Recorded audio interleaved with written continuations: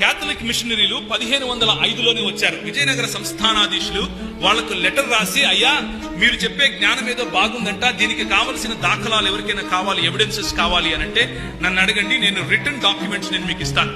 1505లో వాళ్ళు వచ్చినప్పుడు 143 మంది మిషనరీస్ వాళ్ళు పిలుచుకుని విజయనగర సంస్థానంలో వాళ్ళు వచ్చి అక్కడ మాట్లాడి వాళ్ళతో సరే మేము చేస్తాము అని చెప్పి సౌత్ ఇండియా ప్రాంతం అప్పటికే మరి ఈ మిషనరీ పరిచర్య గురించి తెలుసుకున్నప్పుడు వాళ్ళు వారిని వ్యతిరేకించారు, మీరు రావద్దు అని చెప్పారు.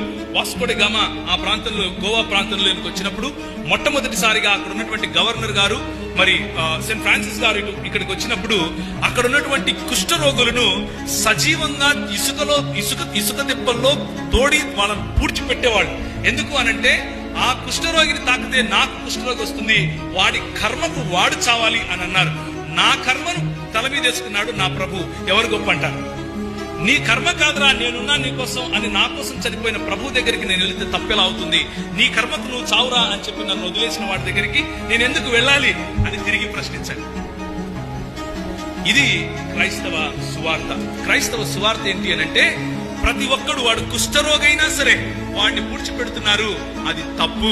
వాడికి బ్రతికే హక్కు ఉంది, వాడు దేవుని స్వరూపంలో ఉన్నాడు, దేవుని పోలికలో వాడు చేయబడ్డాడు అని చెప్పినటువంటి భావజాలం క్రైస్తవ భావజాలం. మనం ఏం చేశాం ఈ దేశానికి అని ప్రశ్నించే వారికి ఈ మాట చెప్పండి. కుష్ఠరోగుల కోసం నువ్వు ఎప్పుడైనా నీ ఇల్లు తెరిచావా? కుష్ఠరోగుల కోసం ఇల్లొద్దు నీళ్ళు ఇచ్చావా? ఒక్క చెంబు.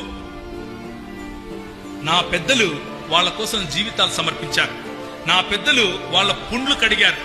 నా పెద్దలు వాళ్ళకు కట్లు కట్టారు.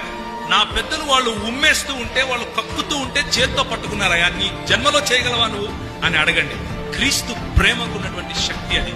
నిర్మించారు ఎవరైనా ఈ దేశాన్ని అనంటే అది మనం. దేవునికి స్తోత్రం కలుగుతున్నారు.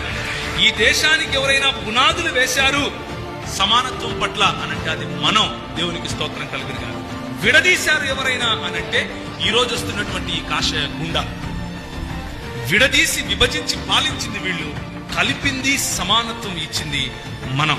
1542 నుంచి వచ్చినటువంటి జెస్యూట్ మిషనరీస్ గురించి మీకు సమయం దొరికినప్పుడు ఒకసారి చూడండి.